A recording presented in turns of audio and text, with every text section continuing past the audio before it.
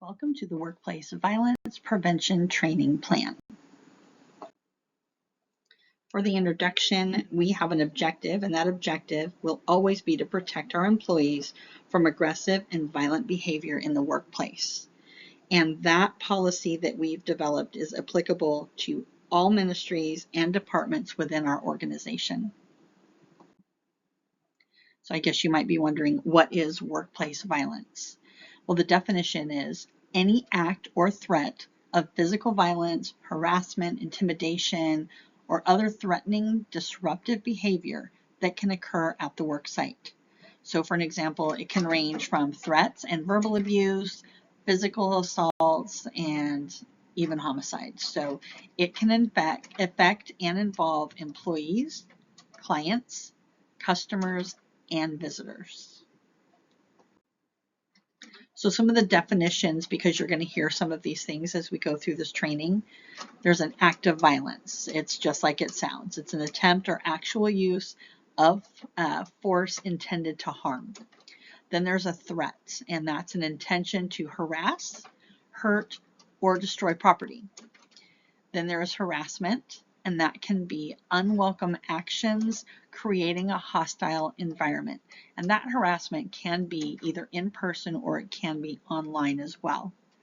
Then there's intimidation. That's inducing fear through threats. There's stalking, which is malicious and repeated following or harassing. And then there are hazards, and those are the dangers or risks. We're going to talk about the types and risks of workplace violence. So workplace violence can include obviously physical force, threats, anything that's causing any injury or trauma. It can include verbal abuse, intimidation. It can include stalking, use of dangerous weapons. And remember, especially the verbal abuse or intimidation or even the threats, if it's related to work or even done on work time or it's directed at a coworker, it doesn't always have to be in the actual office. It can be online.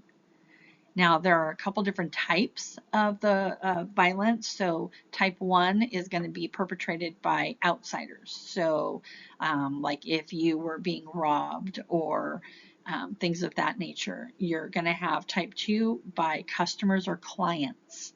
Type 3 would be by a coworker, and then type 4 is going to be personal relations. So it's somebody that we know that maybe isn't an employee or a client, but it is somebody that we know. It could be a family member, a friend, a boyfriend, a girlfriend, a husband, a wife.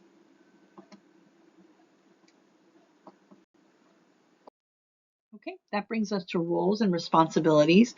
We all have a role and a responsibility to play in making sure that the workplace violence prevention plan is successful. So we're going to start at the top with the coordinator, and that person's going to be overseeing the implementation of the plan and looking for any possible hazards. It does not mean they are the only one looking for potential hazards. That is all of our responsibilities, but they're going to be the overseer. If you could see me right now, I'm waving my hand to you, and I am the coordinator for this particular plan, and that has my email and my cell phone number, so you can feel free to let me know of any incidents or any hazards that you may need to report.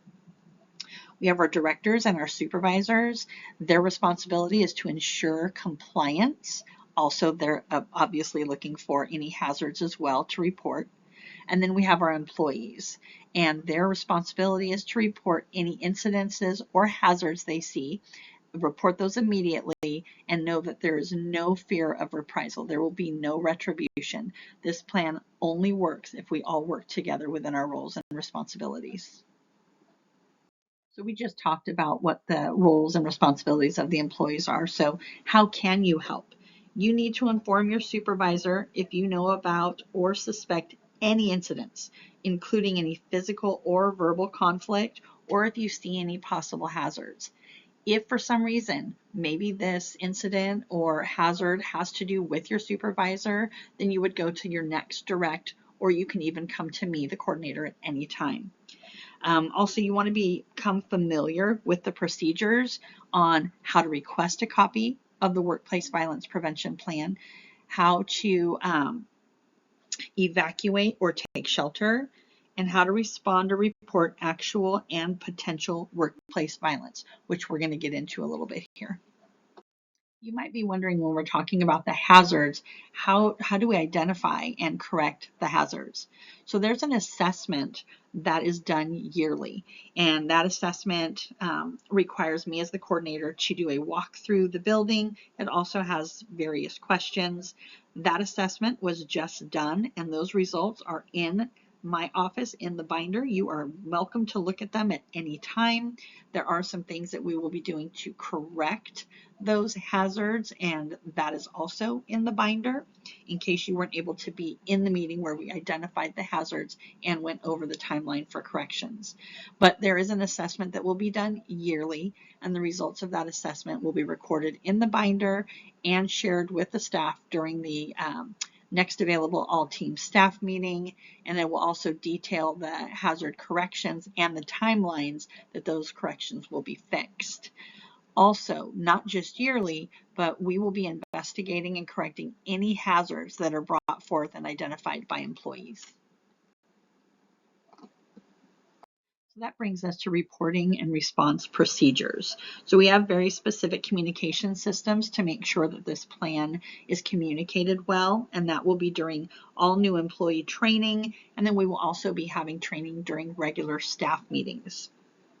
Now, as far as reporting, you want to report to the supervisor or HR, either by the phone, make a phone call, shoot an email, depending upon the importance.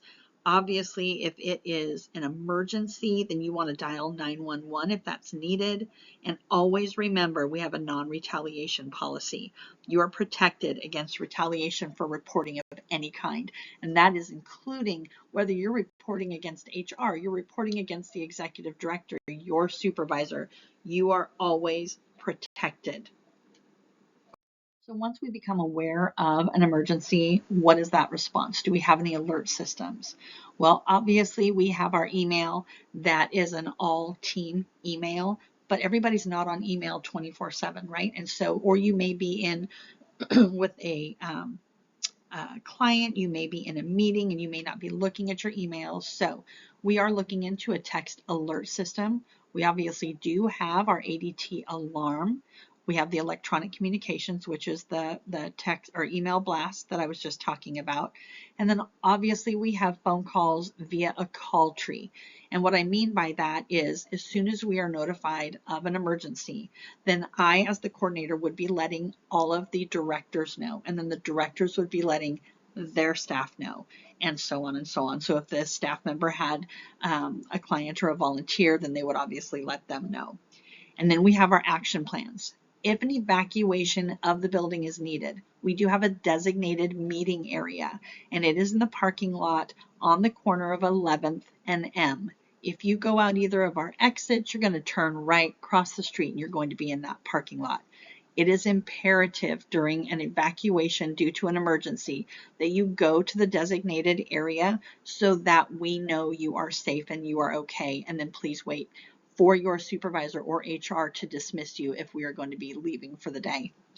We also have shelter in place. You are going to lock and barricade the door if you're getting a shelter in place message. And then obviously emergency contact. You are always welcome to contact HR or any available immediate supervisor. But remember, if it is an emergency that cannot wait and it is, we have violence happening on the workplace, always call 911 first. Okay, so we know our roles and our responsibilities, and we know what to do if there's an incident taking place, but what happens after? So obviously it depends upon the type of violence, the perpetrator, etc. But the first thing will happen is an investigation, and that'll be conducted by HR with interviews and possible corrective actions. We also will have an incident log that'll give all the information, the date, the time, who, what, why, where. That log, including the training records and compliance logs that are maintained by the coordinator, will all be in the Workplace Violence Prevention Plan binder.